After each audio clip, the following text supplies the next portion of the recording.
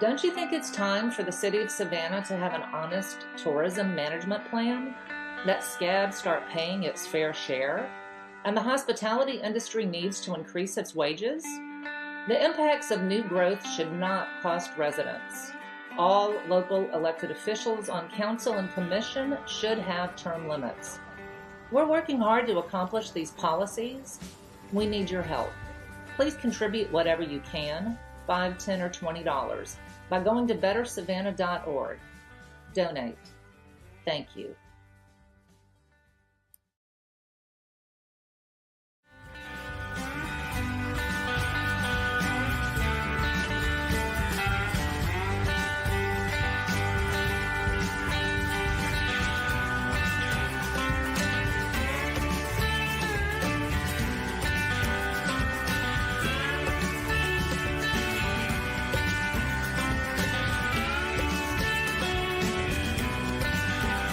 I appreciate our tourism community. I appreciate our hoteliers.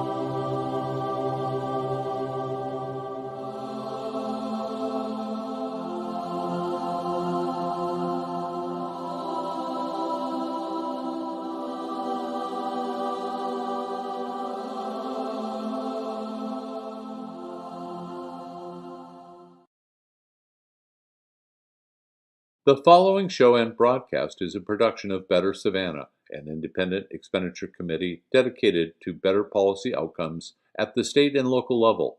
The views, opinions, and statements made by the hosts and/or their guests do not necessarily reflect the views of Better Savannah.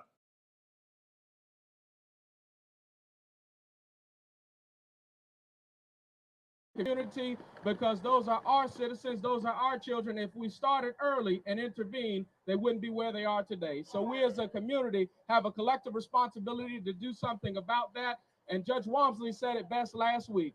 What does our community look like? Our neighbors are each other, and we have got to remember that all of these children are our neighbors. And as our neighbors, we must make sure that we just don't throw them away and cast them out. Healthcare is a fundamental right, but in the state of Georgia, we continue to leave billions on the table by expanding Medicaid. I'm a Medicaid baby. And so I can tell you the importance of what Medicaid looks like for the most vulnerable. And if the pandemic has not taught us anything, it is that access to quality and affordable basic healthcare is an essential and fundamental right, and is not one that we should have to make a partisan political issue. We must also look at how we fight for our workforce and our labor community. We have got to end employee misclassification. It is in the legislature right now, and it has to be voted on. It should be a stricter penalty for those who choose to treat employees as subcontractors instead of classifying them as employees, because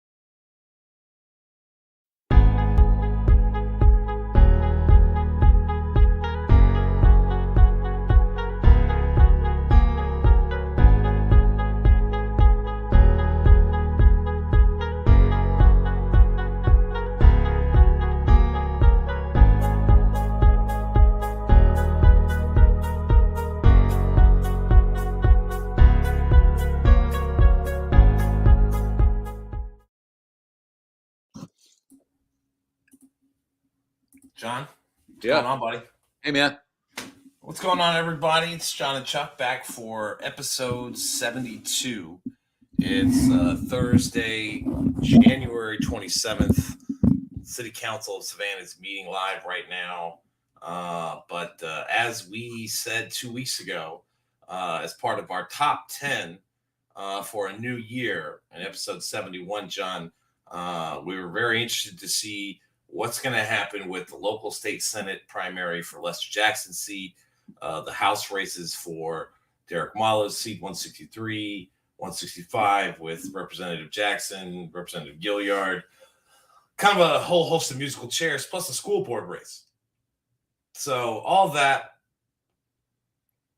has kind of come into fruition in the last 2 weeks since we last came on here for a live show. And I think you and I, we were discussing with the group, there's really three main electoral races that we have our eyes on for the May 2022 election, which is the primaries for the Democratic and Republican Party, but also the nonpartisan races on both ballots. So we were looking at the primary for the state Senate seat being vacated by Lester Jackson. It's the first time in 12 years that seat will be open since he took over for former state senator and friend of the show, Regina Thomas, which with this announcement that I played a little bit of at the top from State Representative Derek Mallow in House District 163, we've got another open seat there where his former opponent, Ann Westbrook, who he beat by 19 votes in a runoff, Squeaker. has already declared, and we've got Wesley Bowers, aka Lady Mahogany, a longtime nonprofit fundraising radio personality and host, local radio stations, very well known, will face off against Ellen Westbrook, who is a practicing attorney, UGA law dog, very big in kind of the gun control world, moms demand action. So you've got two strong women facing off. Great pedigrees, both of them. Absolutely, great pedigrees. And I just don't expect that State Representative Derek Mallow will get a free ride into State Senator Lester Jackson's state House seat. I mean, state Senate seat. What do you think? I don't think he should. I think every candidate, be it an incumbent or a challenger, has to present themselves and make commitments to the community, and talk about what's important in their wheelhouse. That's just good policy. Good evening to Jenny, Henrietta, those watching us live on Facebook or YouTube. It's date night with Chuck and John. I don't know about all that, but it's definitely a council Thursday, and just kind of getting back into the groove of things of kind of this content. We're gonna try and get this show knocked out in a little bit more than an hour here, just to kind of keep things tight. But I want to start, with this article from Rachel Flora at the Savannah, friends of the show, nonprofit independent journalists. We support them. You can subscribe by going to thesavannaian.com. And I just want to put up this article because this has kind of been the talk of the town the last week, kind of culturally, socioculturally, or sociopolitically, rather, in terms of this bust of Martin Luther King Jr. At Plant Riverside. Hey, Chuck. Yeah. You just segued out of the. I know. I only wanted to preview those at the top. I don't have the big segments labeled for them, but this has been kind of like on all of the news feeds. I thought Rachel did a very balanced, generous story on it. Yeah, shouts out to Rachel Flora, co-founding editor at the Savannah. So a week ago for Martin Luther King Jr. Day, Richard Kessler, longtime recurring character our in the broker. Better Savannah story, but I mean, just a recurring character on our episodes. A guy who got 120 million in tax credits and bonds to build the Plant Riverside district. And I don't think anyone contributed more to the incumbents in the 2019 elections. Yeah, he maxed out big fat checks to Eddie and Civic Recapture, 60, 70,000 of donations got him millions in bond financing. Yeah, great ROI. So you can subscribe to the Savannian at savannian.com to get full access to this. But just kind of recapping the jokes here. What I ordered from wish.com, what I actually got from wish.com. This is Atlanta MLK bus, Savannah, just showing, we're second rate. The artist is from Winter Garden, Florida, which is where Richard Kessler lives, right? He's got Savannah, correct. He's got Savannah roots, but for tax reasons, good reasons to live in Florida. I should check to see if he's got a Stevens Day on that Gaston and Wall Street, the Armstrong House. Whether or not he's got one in Florida.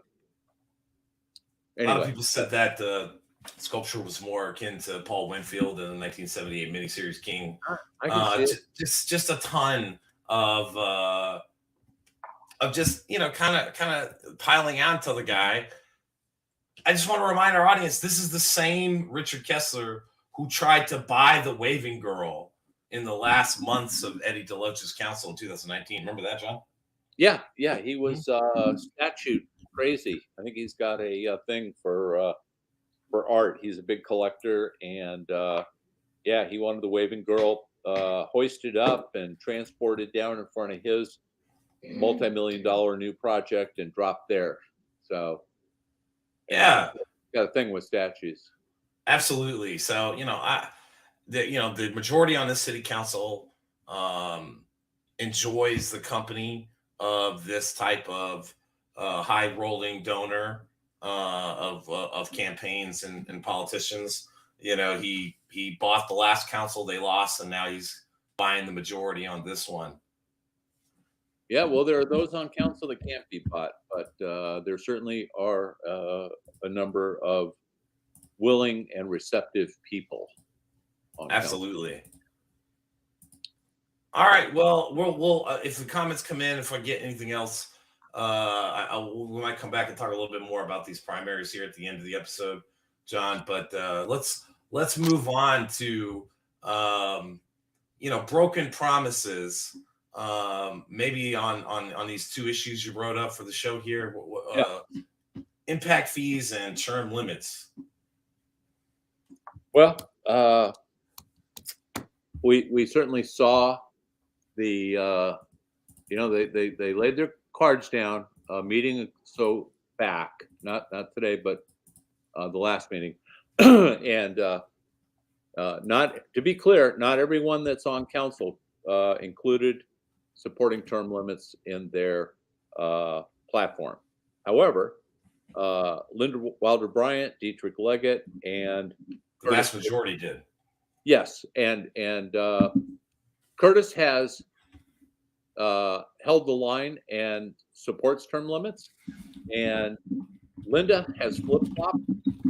I guess she likes the work or Absolutely. the celebrity status, whatever it might be.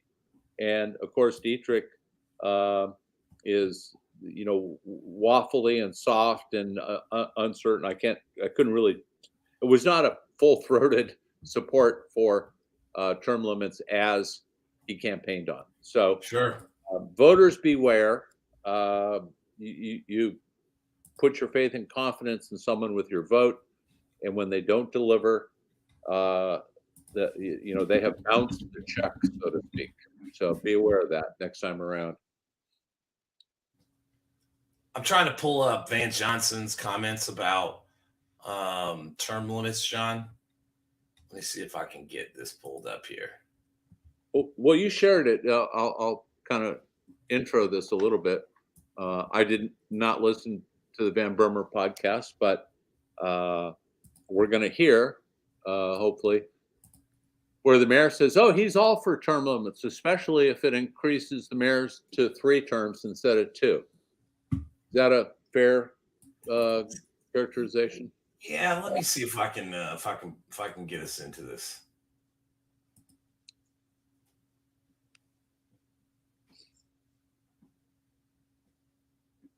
It worked with some really great community partners, and now, which is good.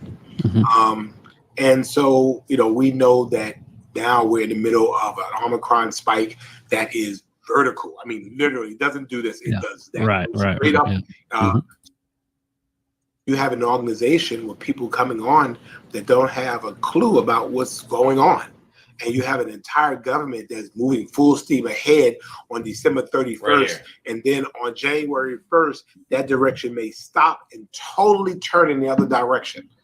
So I think you have to have some continuity of government, and staggered terms provide that. And so I would envision, you would have alternating cycles that the mayor may. I don't know, John. So what he's saying. Progressive Snapshot can save you money based on how you drive and how much. Stupid ads. Sorry about the ads. So what he's saying there, John, is that we don't want to see what happened in 2019 happen again. And what he means by that is 7 new members. Now, we disagree with that philosophically, but structurally, what he's calling for is a system similar to the school board. Staggered terms, where you can't throw out the entire council in one sitting election. I don't think that's status quo. I think that's one click over to what we're asking for. No, what I'm saying is that November 19 election shook the status quo, business as usual interest in this town. Right, sent chills down their spine because of the significant amount of change that had been promised and was appearing to be headed their way. And that was just too much for them. And, as a compromise or as a middle ground, staggered term limits, got no problems with it. But I don't know if you're going to find the part where the mayor says, well, let's make it 3 terms. That's awfully nice. That a little too long for my likes, 12 years. Of course, Van's already spent how many years on council? 19? 4 terms as District 1 and 1 term as mayor. So 16, so 18 years in his 19th year. Yeah, these people fix. Meanwhile, these people at SCAD have a extremely aggressive messaging campaign. Yeah, they are working overtime, and I can no longer comment on their posts. I guess they didn't appreciate my honesty. No, why would they appreciate honest feedback? Well, I mean, everything I posted was true, but they just can't take criticism. It's such an insular, autocratic organization that just feeds off of the city of Savannah. What? Why should they? They got a great scam working, and they might as well protect it. I get it. I'm looking for that. Where's that SCAD community video? Let's see here. I can't even find it. I like Andre Talley. Yeah, passed away. Where's the one where it's the community, the partners, and it's Paul Wallace talking? Yeah. Then they go to the candy kitchen. It might be that one in the lower left-hand corner of the guy. Right here? The graffiti. No, that's a while ago. Let me go back to their timeline.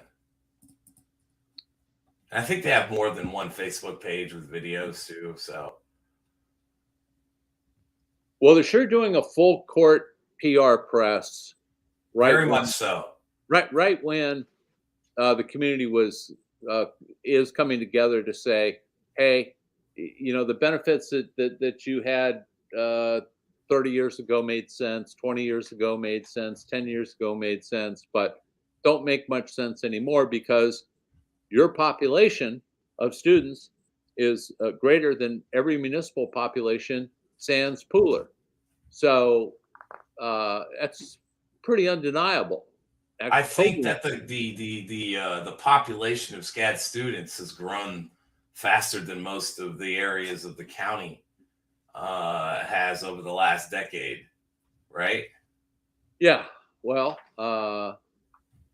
it requires a lot of public safety expenditure. Requires a lot, and that drain on the budget to provide services to SCAD prevents us from providing services to our neighborhoods Sure. in our communities. That's the bottom line on the thing. It's not super complicated.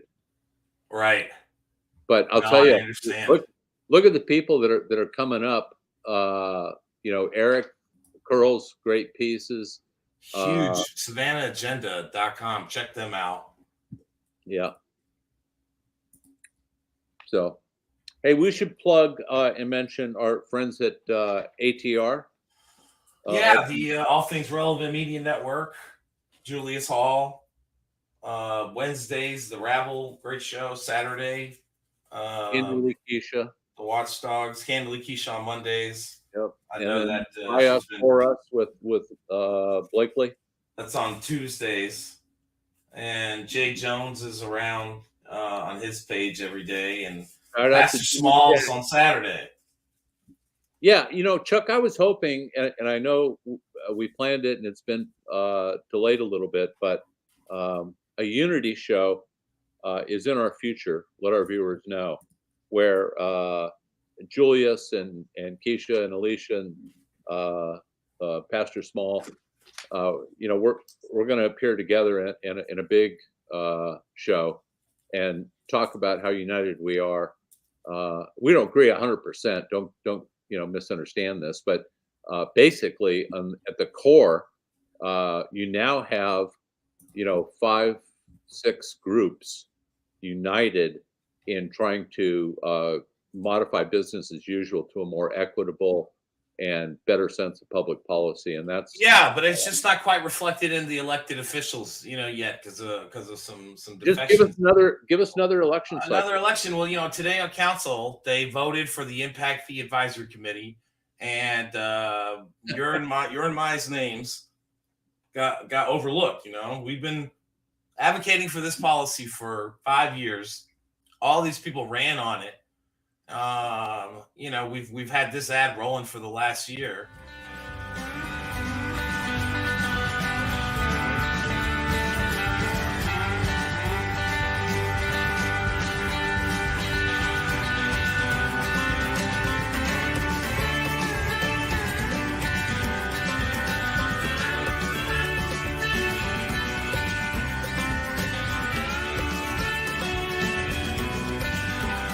I appreciate our tourism community. I appreciate our hotel.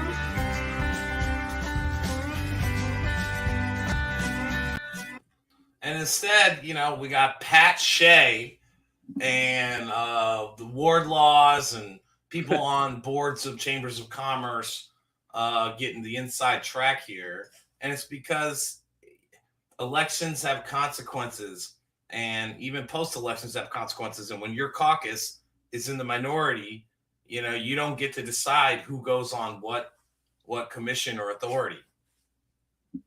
Nope. Real lesson in politics for people. Real lesson in power. It's just so obvious. SCAD announced they're going to build a 17-story mega $160 million in bonds to fund it. Yeah, trying to get it in now before it costs more. And impact fees just limp along and seem to be conveniently overlooked and postponed by this council, even though they pretty much all campaigned on it. So we're going to wind up with a advisory committee that's stacked with builder and developer interests. And I predict the impact fee ordinance attached to a schedule is going to be a pathetic, weak, watered down piece of policy that none of them should be proud of. Of course, they'll all spike the football and say they delivered on their campaign commitments. So get ready for a whole lot of dissection and brutal honesty that they basically sold out once again, the majority on council, not the minority. Well, let's move on to another thing they're going to be talking about, which is progress on the arena and Broughton Streets.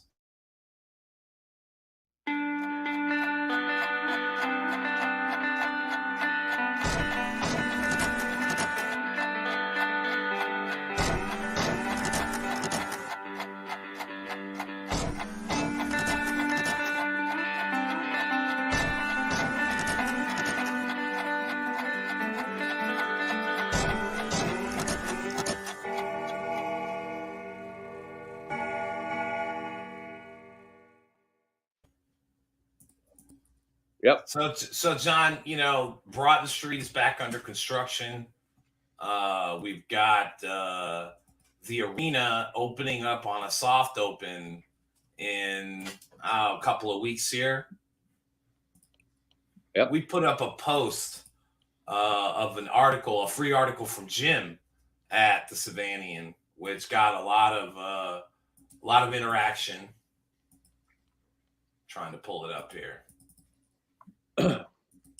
Well, what you're looking for, Chuck, I distinctly remember, and we posted a WJCL newscast that interviewed Bridget Liddy, who was speaking on behalf of the mayor, and she said that this project would be finished by March 1st.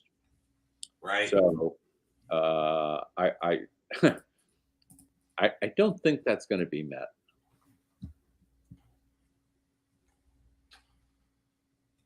No, I don't think people who getting tickets, are like not getting a good answer as to when things are going to be rescheduled. These Eagles tickets are like $500, and the parking is a mess. Yeah. Well, look, somebody made a comment in defense of the project, the arena, and they said, quit belly aching. When you go to a Braves game at the new stadium, you walk just as far as you would at the arena. And let me tell you something. I've been to 3 or 4 Braves games at their new arena. Yeah. Truist Park. And number one, the parking that I had was at CNN, and it was a half a block on a beautifully paved, wide sidewalk, lit, and perfectly designed. I read that there's low lighting, there's no cell service. It's going to be more than a half a block. It's going to be multiple blocks. So it boggles my mind that people come out and defend failure with Sure. equivocation and outright distortion. I mean, I've been to 4 games at Truist Park, and I never once parked and walked more than a half a block. So play fair, people. Don't get on there and blindly be a sycophant. Look, John. Look, the transportation reluctance of Gwinnett and Cobb County was solved when the Braves decided to move out there. Speaking of other news this week, T-Splosh does not look like it's going to get on the ballot anytime soon because Chester Ellis is a freaking idiot, and Savannah wants a truly regional countywide system, and he's kind of lecturing Jay Melder and Van Johnson. It did not work out very well. Yeah, well, I'm going to have to go with Van Johnson on that call. I think. All right, Go ahead. I was gonna say, let's move on real quick to Oh. the police department. All right. We were told that we're 95 officers short of the budgeted number. That's 23%. That's what it's shaping up to be, Chuck. You know, when you back out command staff of like 40, Yep. 535 budgeted, yeah, you're talking about 95 out of say 480. No. 525 is the. Yeah, but when you back out 40 for command staff, Oh, okay. 485. Yeah, it's like 20% short of officers on the street. Yeah, that we should be at. In the last 5 or 6 years, that might be an all-time high attrition number, which is devastating. And my point, Chuck, I put it in the notes, and I just want to verbally ask, it's a rhetorical question, y'all. Considering there are hundreds, if not 1,000 officers in the last 4 or 5 years that have come into the department, worked, and then left, they all do exit interviews. Okay. And I've asked, and it's been confirmed that yes, they do an exit interview. They do a written one as well as a live one. And what are these departed former Savannah police officers saying as to why they're moving on? That should be the first place that we look to try to understand why we have the attrition that we have. And to my knowledge, that hasn't been done. So I'm floating this out there for any journalists in the viewing group or know a journalist. Why don't you ask them to do a FOIA request for the exit interviews? You'll get them, and go through them and tell us what the common denominator is. I got a feeling it's leadership, but I don't want to say that without seeing the exit interviews. So anyway, that's just a thought I had. Well, John, didn't like 2/3 of the department or half the department sign a letter, basically condemning the leadership anyway? I don't think it was 70 or 80 officers, which, a third, a quarter. Yeah. Yeah. I think with the attrition, it's probably like 50% of all the hired officers. I mean, Chuck, in the last many years. If you have such a attrition or failure rate, and forget the front end costs of bringing on somebody new to the department, which is front loaded and very expensive. Does it make sense to not look at those exit interviews and see if there's any freaking clues as to why these people are jumping ship? Doesn't that make sense? I would think so, man. My off base? I would think so. I don't. Of course, you're not off base.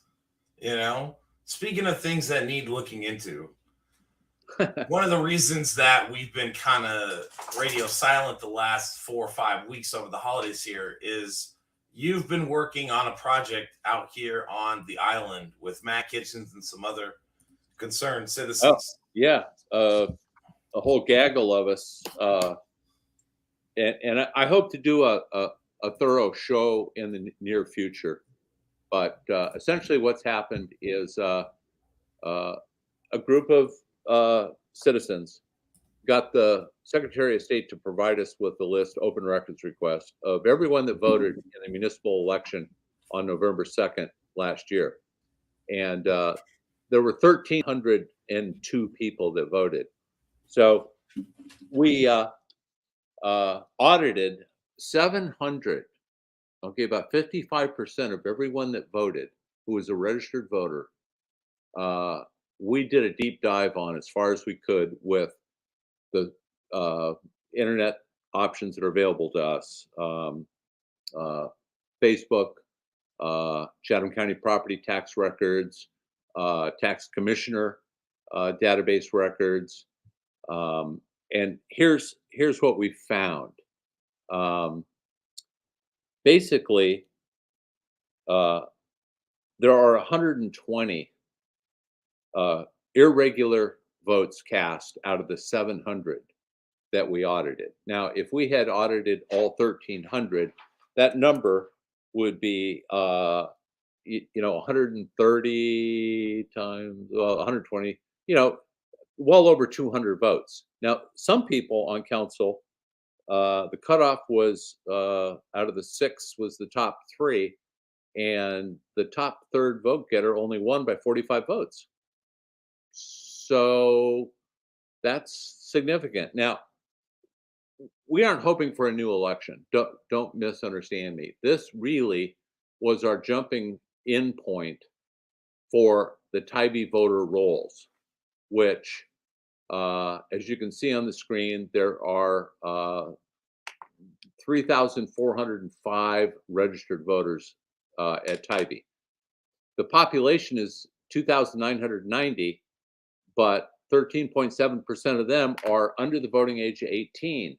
So Tybee really has a full-time adult voter eligible population of 2,580 people, Chuck. That means that there is 32% overage in the voter list. So as remarkable as that is, this story, this problem dates back to at least 2017, when the League of Women Voters suspected the rolls were not well maintained, and they organized a group of volunteers to take the voter list at the time in 2017, and they went door to door to try to audit and do verification of voter residence. And what they found, hey, Rebecca, what they found back in 2017, 5 years ago, was that 6 or 7 out of 10 doors, the voters didn't live there anymore. They moved. They were left the island. Nobody knew them. So you have to ask who's responsible for keeping the voter list healthy and current, and that falls on the clerk of council at Tybee, a woman by the name of Janet Leviner. She becomes this election superintendent whenever there's an election out there, and she has to work with the board of registrars on challenging any elector's name. Now, we've since learned that that's not exclusively a power she holds, but according to the election code, OCG 21-2- what have you, any elector can challenge another elector's validity on the roll. So it opens up. I don't want to get into the weeds on this, but here's what's interesting. These are the categories of irregular voting. And we're not saying they're illegal votes just yet. Okay, they're just odd. 57 people out of our 700 are registered to vote at a short-term vacation rental. How does that happen? Sounds like voter fraud to me. Well, I don't want to go there yet. That's premature. 12 of the 700 people we've confirmed with high confidence level that they moved 30 days before the election. And election law says if you move within 30 days of an election, you're not eligible to vote in that precinct. 20 people have homestead exemptions off Tybee Island.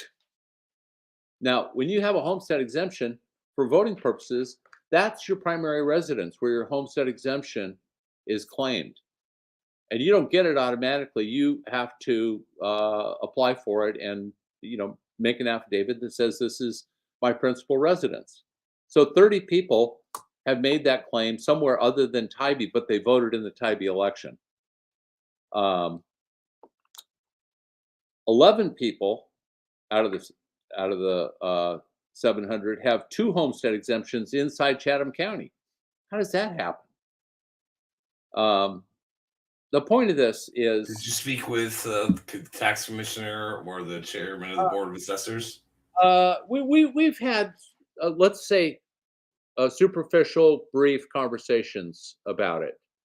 Um, uh, what our project's course of action is to use this auditing of a 55% of the votes cast in the last election as a sounding board to tackle the 3,500 inflated voting list at Tybee, which has been neglected and ignored and not maintained according to the roles and responsibilities of the staff at the city of Tybee, and the voter registrar's office.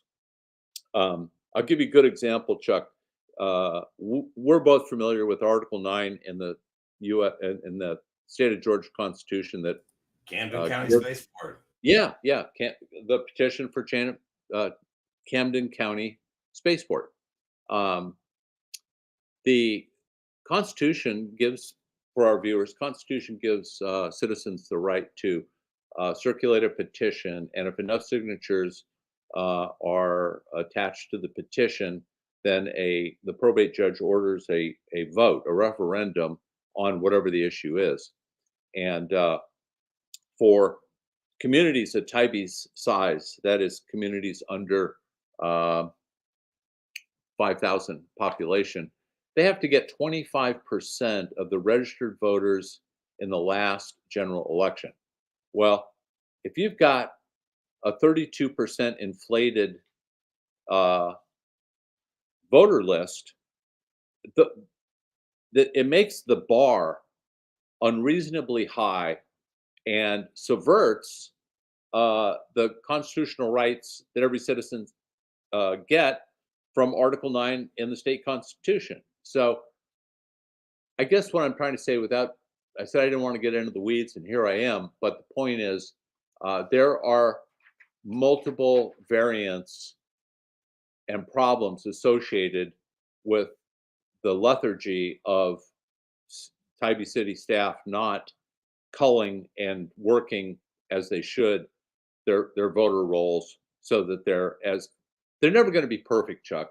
They're always going to have some flux because people die, people move onto the island, people move off the island. We all get that. We're not asking for perfection, but a 32% overage that's been a subject of interest since 2017 and hasn't improved is a pretty strong indictment against the government and staff at the city of Tybee. So anyway, I hope to have more on this later. The point is, we sent the work that we did, over 200 hours of research. Hey, RG, we sent a request to the Secretary of State's office, who's ultimately responsible for all elections. And we just said, hey, we're just a bunch of citizens. We didn't have the access that you have to a lot of databases, but this is what we found. And we're requesting your review and advice, your inquiry as to what can be done. So our request was received, promptly responded to, and has been referred to the local Southeast Division of the Secretary of State's office. So we're kind of in a holding pattern. Our fingers are crossed. We feel very good about our research. And, when you add on to that, going back to 2017 with the League of Women Voters, kind of the genesis point of this, it should become very interesting very quickly. It's my hope. We'll have more on it. Yeah, it seems like it. I think. And that's what I've been doing for the last month. So if you haven't seen or heard much of me in posting or Better Savannah stuff, sorry, I was out in the back 40 working at Tybee. I think it's a great example of the state having a reason to come look at, a white sleepy town like Tybee. Well, Chuck, you know what it is? To backtrack for just a second, one of the central issues in this story is the influence of short-term vacation rentals.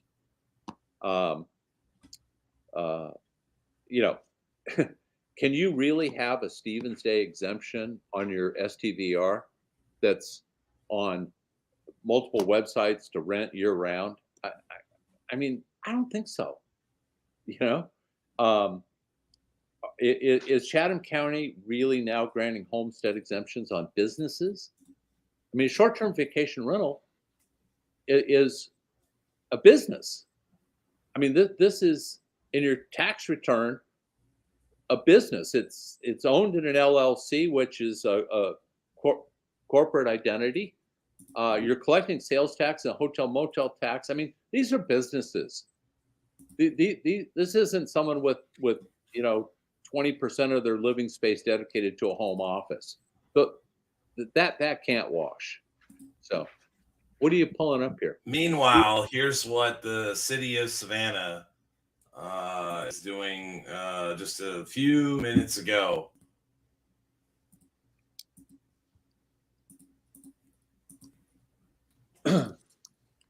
Three positions. That correctly? Yes, sir. So, so now this item is on the agenda. Alderman Pertee. Okay, thank you, Mr. Mayor.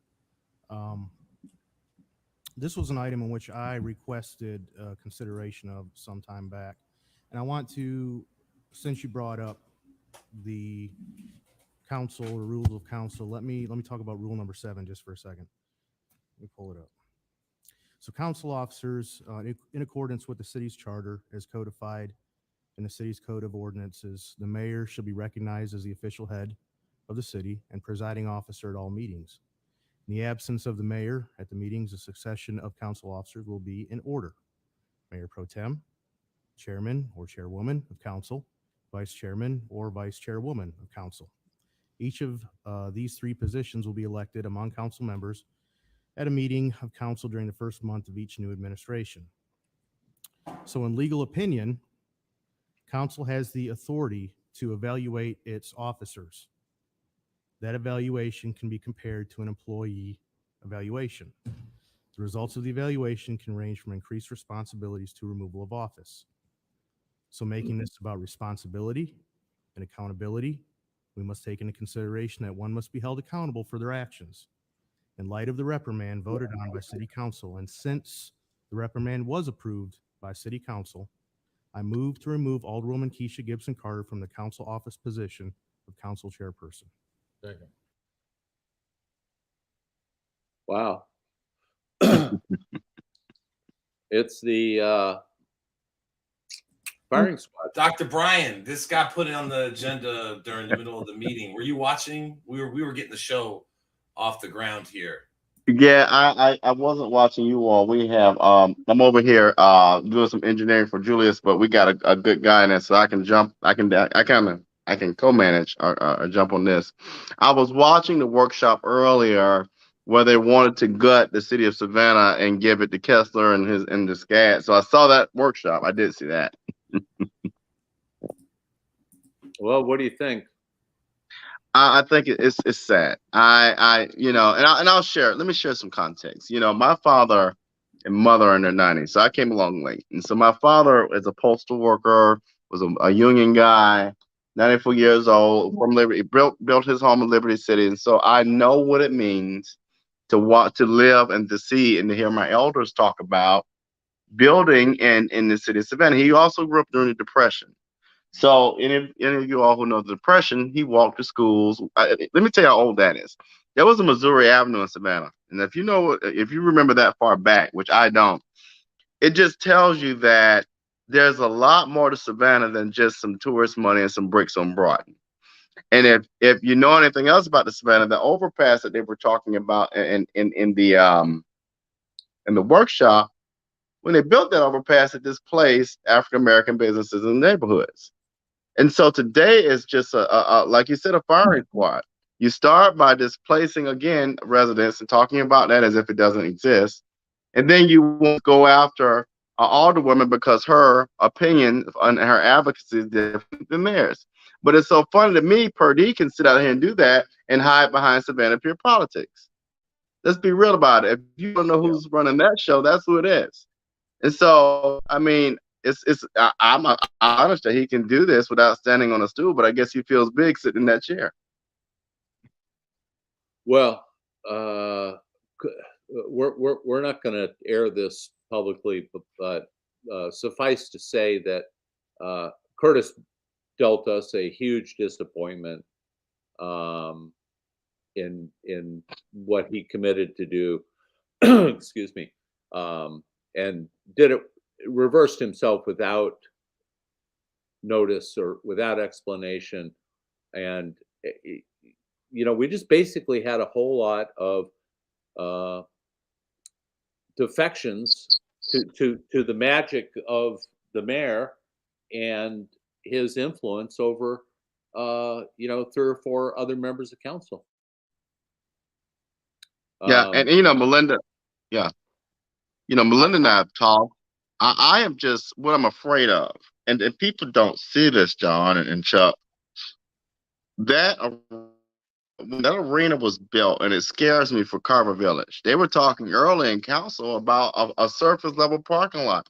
I still want to know where that surface level parking lot will go. So today, if you got any good sense, if you got any marbles in your head, and you got the arena in that corner, now going to re-gentrify and take over MLK. They're going to bring all of that up to MLK from where that arena is. They're going to come up Gwinnett. And anybody knows what's next. And it's so disappointing. RG, it just occurred to me earlier today that I read a lot of history, U.S. history, and you're probably familiar with the whole period of Manifest Destiny after Jefferson picked up the Louisiana Purchase, and then Polk 30 years later grabbed the Oregon Territory from Britain, which really was Utah, Oregon, and the state of Washington, and then within 2 years snatched up Texas, New Mexico, and California. And we had this national demand for Manifest Destiny that we can just expand endlessly. You can go out, stake out a property, homestead it, and it would become yours. Well, this whole arena thing and this expansion of downtown is like the Chamber of Commerce and Visit Savannah's Manifest Destiny moment in the history of Savannah. It's as big as the Louisiana Purchase or the Oregon Territory was in our national history. And there were very few people in Congress at the time, but there were some like Keisha and Alicia that said, this isn't a great thing. What about the indigenous population? What about their sovereignty? Well, they just got run over by American exceptionalism and Manifest Destiny. And that's what's happening here with this arena expansion and now the Eastern Wharf expansion. This is Manifest Destiny time for the city of Savannah.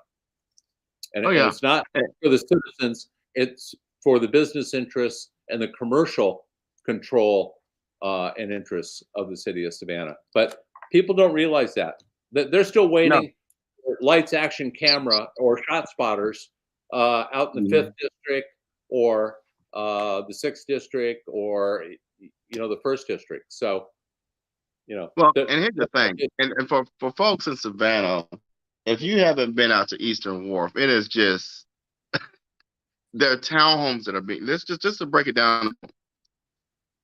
There are townhomes. I'm not surprised. I'm not surprised about the vote, but I can say this, and I'm gonna say it very clearly to Estella Shabazz: keep that seat warm. I mean that. But what I saw today, I am disgusted. I am highly disgusted.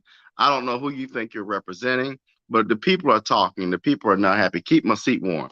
But let me get back on topic. I want you all to go to Eastern Wharf if you're in the city. Those townhomes are all brick townhomes. The price tag on those are $600,000 per unit. starting. Yeah. So the last I looked, educator, I don't even know if a longshoreman can afford that. Yeah, I don't know. And I'm just confused as to where the people supposed to go. Well, you know what blows my mind, and it's a juxtaposition thing for me, because I've been driving out to Tybee to do this freaking research.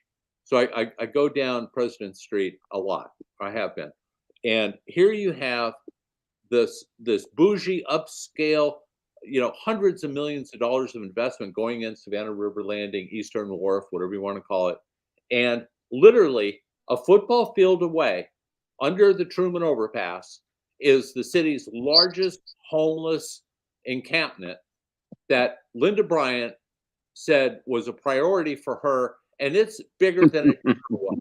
Okay, so driving by and tossing Happy Meals into the shadows of the Truman Overpass is her idea of helping, and I think it's tragic. I think it's dishonest, and I don't know how we're going to square. Those people are going to get forcibly moved as Savannah Eastern Wharf, forgive me, further develops. They're just not going to tolerate that homeless base so close to their high-end real estate. Well, it's what Kasim did in Atlanta. I don't know a lot of people have been in Atlanta, but Kasim's last move in Atlanta, which was disgusting in itself, was there's an area called Pine Street right there by Emory, and I would go to Emory to see my physician. And Pine Street, it was sad, but at least there was a resource for those folks who were just struggling. And Kasim's result with that was get out of Pine Street, get away. We don't know where you're gonna go, but just get away. So Kasim Reed equals Van Johnson, and Van Johnson equals no solutions. I mean, and so there's only one thing to do, and that's replace them, because it kills me how they can go in there and pray at council, but can't live by the scripture they pray about. Yeah, and the Bible talks about, what are you gonna do about the least of us? Yeah, well, aren't there lots of biblical allegories about heretics and hypocrisies and not following the word? I mean, these people are all all talk and no walk. And the hardest part for me, RG, is how many people are really understanding this. I mean, we get it, you guys get it, other groups get it, but is that enough to change the outcomes in the next election? That's what we need to work towards. Yeah, is change. Well, I can say that the one thing I will tell people is this that are watching: you find your candidate. Find your candidate. I don't care what side you vote on, but find a candidate that cares about the people who will listen. That's the one thing I want to do this year. I've talked with a number of residents throughout the field, and just sit back and listen. And if they're not willing to listen, that's a red flag to me. Because if you're not listening, that tells me you have a preconceived agenda. Because when you're in public service, when you're in that seat, it's not about what I want. It's about what the community wants. It's about what the community desires. You know what I mean? And that's my first question. What are y'all's issues? What are you seeing? What do you hope for? But Dr. Brian, sorry to interrupt you, John. Yeah. You had previously declared for the 5th District School Board race, but your comments lately and tonight on the show would indicate that you're thinking more of the 5th District in the city. Yeah. You want to confirm that for us? I am. And let me tell you how I got there. Well, there were some things going on with the state race and the representative race, and I thought about those. And you all come back in, Chuck. But some of y'all know, I've had conversations with a number of people. One thing about me, I don't just jump in these things just because there's an opportunity. I jump in them because is there a way to do a good impact? And so there were people already thinking about things that I felt could make a good impact. But there was one dragon to slay. And as Alicia Blakely said, I said it. There was one dragon to slay, and it was a dragon that no one wants to run against, because either there's fear or they feel that there's pushback. I've heard there was bullying, but I'm not afraid to face Estella Shabazz. And that's when I came to the decision that I am sick and tired of her going down there, disrespecting that district, on top of You got folks who want to re-gentrify the area, and she's giving SCAD a pass to come over there. Not only that, we were on a meeting one night with Shabazz, and I'll never forget one of our residents asked her a question, and after the question was answered, he said, "You're not telling the truth." Not only that, but when she talked about, I knew this for a fact, the Boys and Glory, for those of you all know ACL Boulevard, there's a baseball field back there. That's been there for years. Well, it was rezoned for the Boys and Girls Club. Well, we all love the Boys and Girls Club. I love the Boys and Girls Club. But if you're going to rezone an area that is a historically residential area that our elders have said we want it to stay residential, Estella Shabazz went and rezoned that area without even mentioning it. All we saw was a picture of her standing next to the sign with a number of officials. And I'm like, and so enough is enough. Enough is enough. I don't know, I grew up, and I'm gonna hush in a minute. I grew up with the Benny Mitchells of the world. You know what I'm saying? Yeah. I grew up with Reverend Benny Mitchell's son. He and I talk often. And one thing I knew about Reverend Benny Mitchell is you may have not liked his politics, but he stood for what he stood for, and we don't have that now.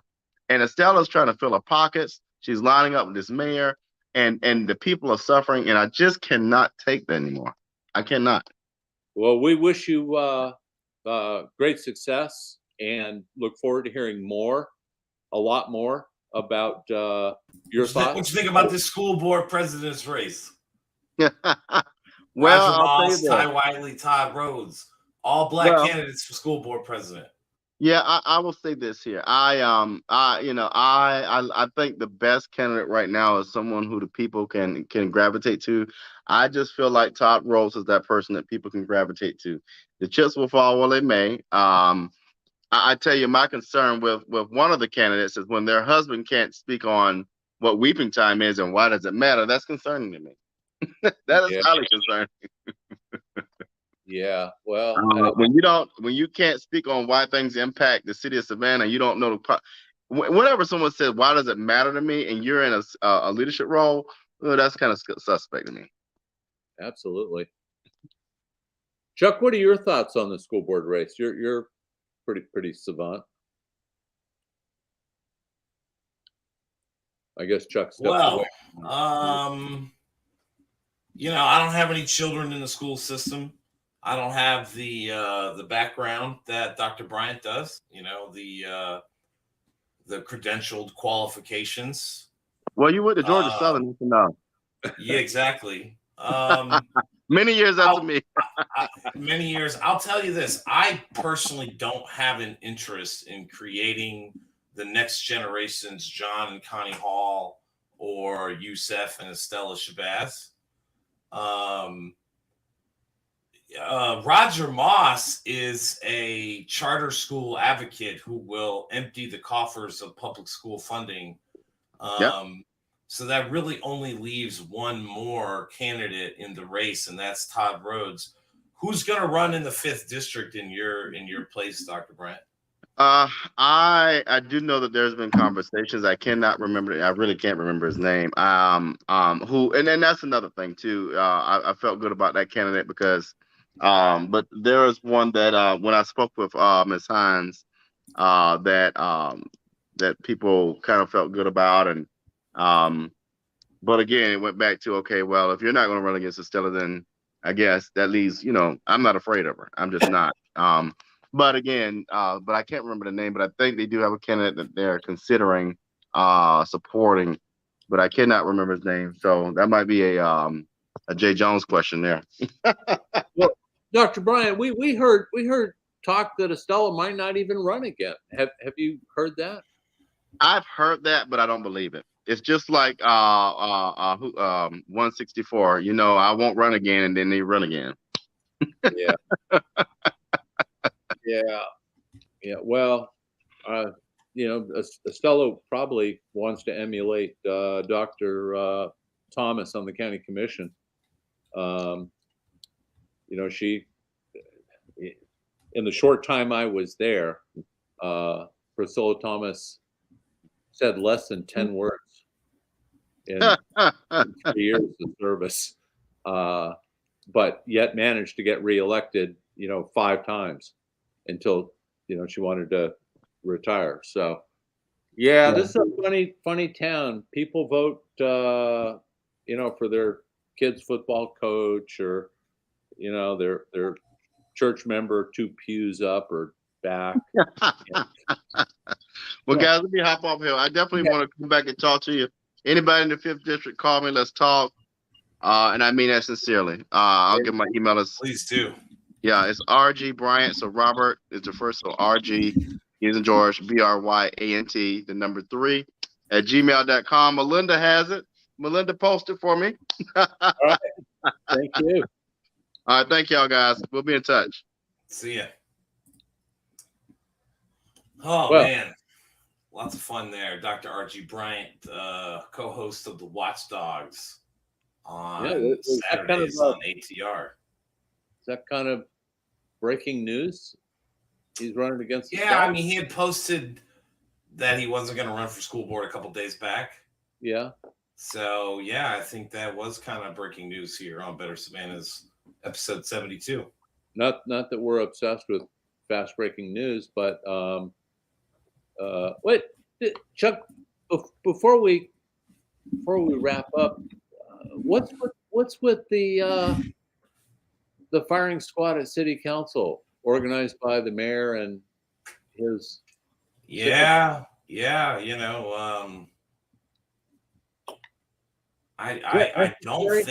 don't think the mayor's gonna run for something else this year, but I mean, they're determined to make sure that Alderwoman Keisha, can't run for anything soon.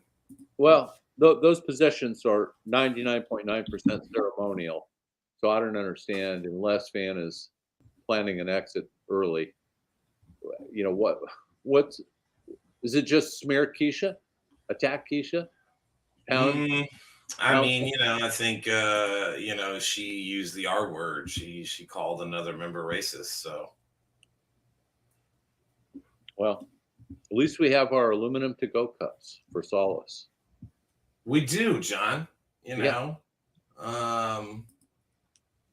Let's go back to House. Let's end the show talking about House District 163. Okay. That? All right. This was J. Craig Gordon's seat, right? Right. For 14 years. And then in 2020, we were going to oppose him. And we backed the first candidate who ran, which was Matt Kitchens. No. I'm sorry, Max Sims. Yeah.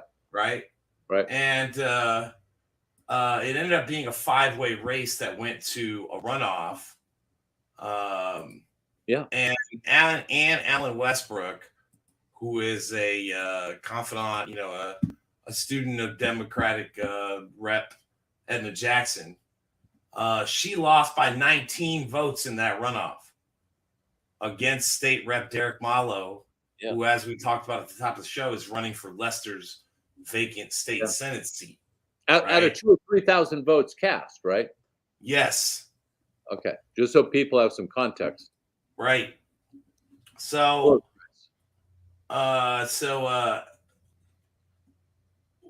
we interviewed both Westbrook and Malo. I interviewed both of them 2 years ago. Okay.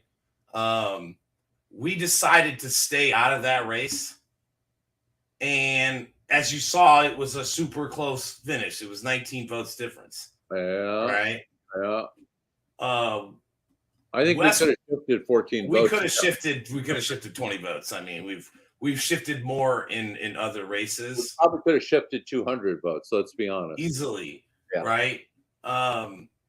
So I'm really interested to see if Ann is going to want to compromise towards any one of our issues, because while Ann Westbrook has the legislative experience, Lady Mahogany, Wesleyan Bowers, she has the local institutional Democratic Party experience. And let me just pull. She's known in the community, Chuck. I mean, she's a household hugely known identity. Hugely known. Let me get the volume of the correct here. Mm-hmm. I made personal phone calls to you people because I wanted you She said, give me a minute, I'll call you back in 15. She called me back in 15, and now I'm celebrating 10 years. May I never forget that. I remember being at Savannah State University, and there was a job position. And I said, who's that guy? Then I found out who his family was. I was like, oh, I know them. But I remember watching him and saying to myself, I'm proud to have him as a representative. Now today I have the honor and the privilege to be able to stand here and have that young man introduce me. May I never forget. There was a young lady who was running on the west side of Savannah with a bullhorn and a big sign in the back of a pickup truck. Somebody said, So John, she's kind of got more of those roots on both sides of the tracks here in Savannah. Yeah. And I want to welcome in longtime organizing member Rebecca into the show as well. Yo. What's going on? Nothing. Sorry, my studio's a mess, and here I am. Good. Man, today, what a nightmare. Yeah, the true colors are flying. Like, what a joke. That workshop was such a joke. That council meeting was a joke. Well, it's the teleprompter council who has, there's no shortage of sound bites, but they don't deliver on anything significant. Right. And I don't know how to get that across, that they're not like actually doing any policy work. They're just okay. Well, they're all institutional now, except for 3 of them. Yeah. There's the rest of council is sold out, and they're going to take the easy route, go along with Tourism Leadership Council, CETA, the port. They're not going to question anything anymore. It's a complete implosion and failure. So my question, I mentioned it earlier, Rebecca, I don't know if you caught it, it was to R.G. Bryant, and that is, how many people understand that? ATR talks about it, we talk about it, Forest by Us talks about it, but are there enough people, is there enough nucleus, if not now, by election time next year, to understand that these people are sellouts and disappointments? Well, Your thoughts? Groundwork and some surveys. Like, we got to actually go talk to people, not just on the internet. I mean, I don't know. It's not looking great because everybody's in their own bubbles. Yeah, well, I mean, the mayor does such a good job of monopolizing topics and putting a happy face on everything. He's the consummate spokesman. So I think a lot of people are bamboozled. And to be fair, he has been a better mayor than Eddie DeLoach. But I don't think that's how you measure his performance, is by the last guy's failure. That's a dumb metric. I hope voters will look at whoever steps up to run against him and listen to their concepts, ideas, and perspectives, and make a decision that, this candidate or that candidate is a better candidate. But measuring it against Eddie isn't honest or effective. Right.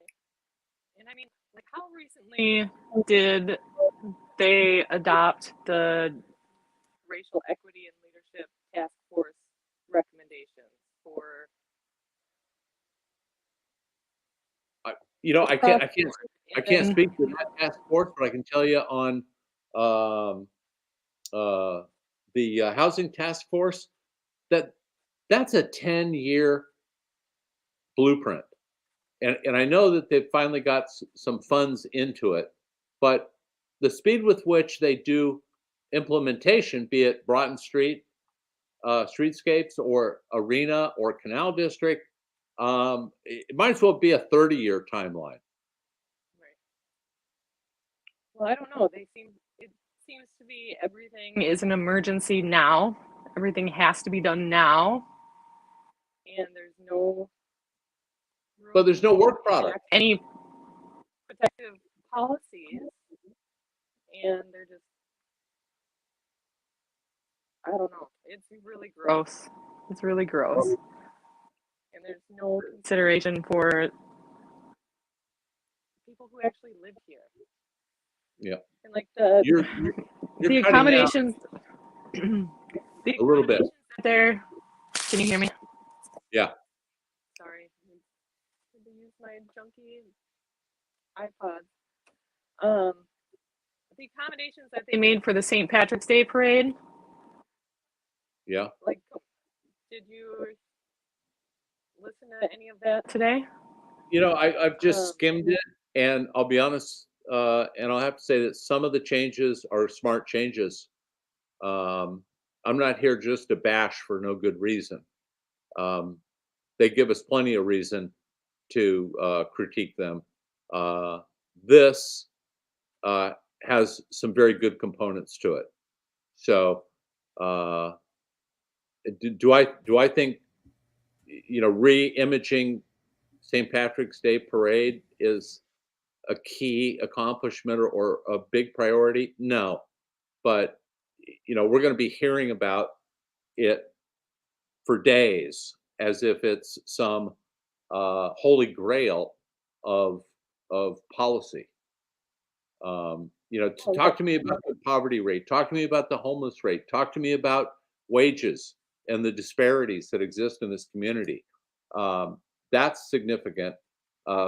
Making St. Patrick's Day family friendly, it's an okay cause, but it doesn't rise to the level of importance that we elected these people to shepherd through.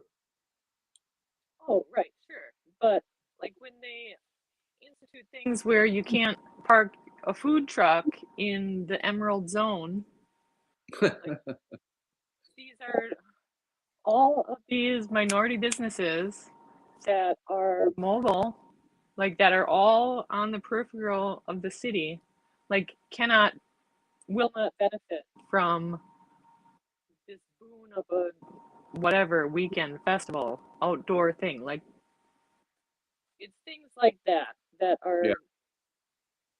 Well, like, what are you doing? What are you doing? If we can get your sound stabilized. I gave her a mic. I don't know. You got to change your audio microphone settings. To what? Well, I'm on my phone. Oh, she's on her phone. It's not my computer. Mind. That's why. Because Chuck was rushing me while I was taking my dog out. Well, we were trying to do an hour and 20 minute show. We're right at that mark, John. All right, just quickly, Rebecca, give us a weeping Hang on a time. second. All right. All right. Can you hear me? Yes. Okay. All right. Give us a quick weeping time update. What's going on? Well, let me think about the things that I can disclose publicly. We are going to trial in February, and we have some historical expert witnesses.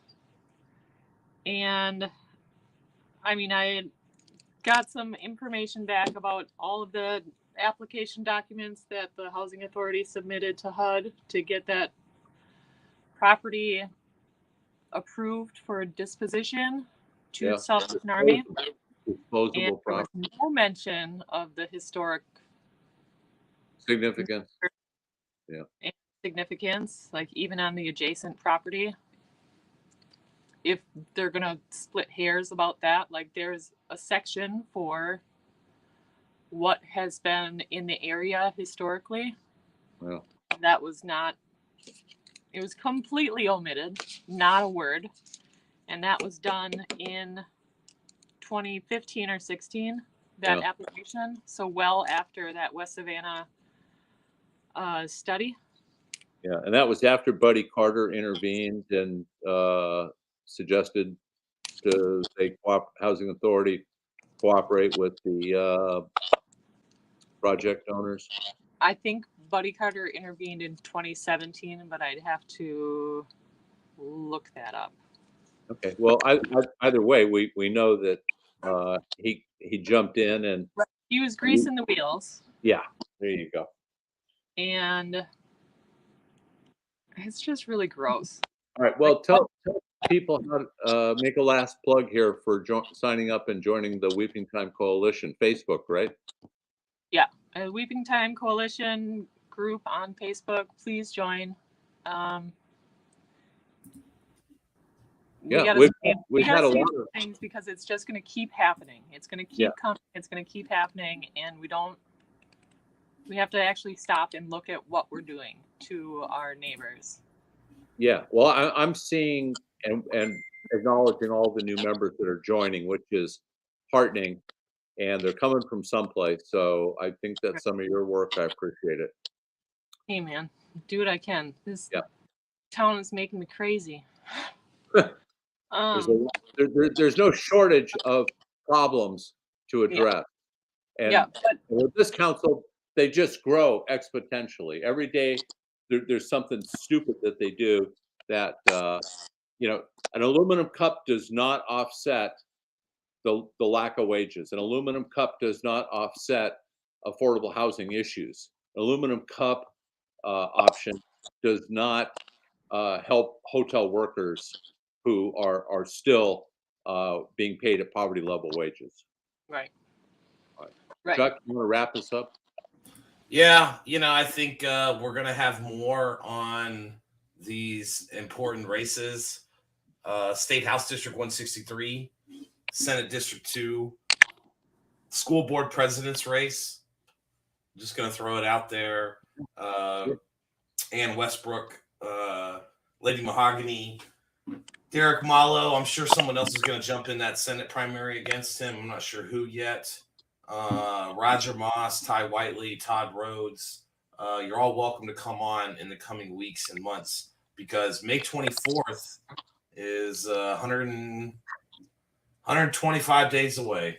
So, wow, it's primary season and, we need some new ads, John. Okay. Take us out. I appreciate it. Thanks for coming on, Rebecca. Thank you. Sorry I had to do it on my phone. It's all good. We'll see you guys next week.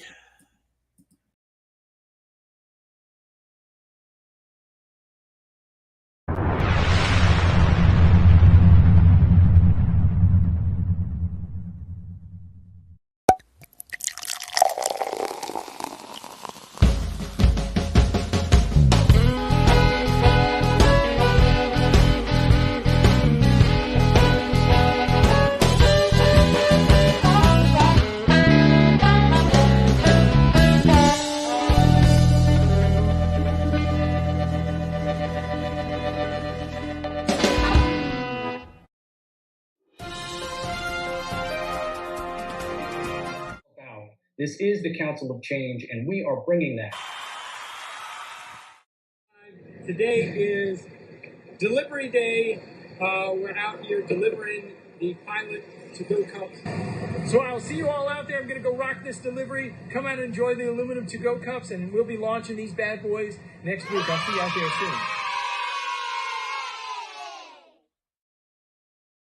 Don't you think it's time for the city of Savannah to have an honest tourism management plan? Let SCAB start paying its fair share? And the hospitality industry needs to increase its wages? The impacts of new growth should not cost residents. All local elected officials on council and commission should have term limits. We're working hard to accomplish these policies. We need your help. Please contribute whatever you can, $5, $10, or $20, by going to bettersavannah.org. donate. Thank you.